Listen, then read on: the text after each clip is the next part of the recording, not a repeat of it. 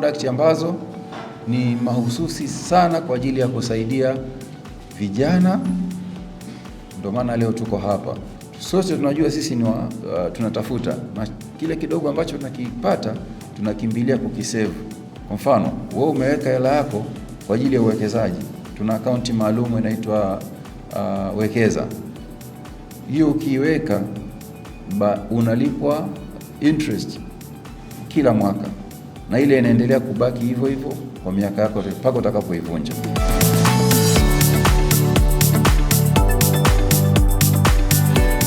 Tutengeneze nidhamu ya kutengeneza budget, ya kuifuata budget na ya kureview budget. Njia nzuri na salama ya kuweka akiba ni kuweka akiba wapi? Benki. Uzuri wa mkopo uje kuendeleza kile kilichoanza, sio kuanzisha.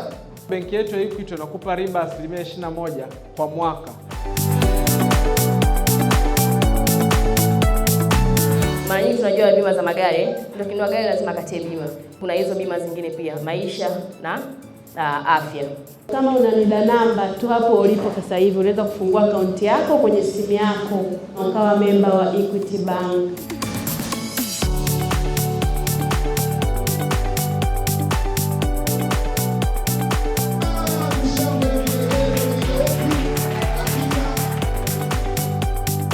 Tumepata mafunzo mazuri sana kutoka benki ya Equity, kujua namna ya kutunza fedha zako, kuwa na nidhamu ya fedha. Equity Bank ina faida mbalimbali.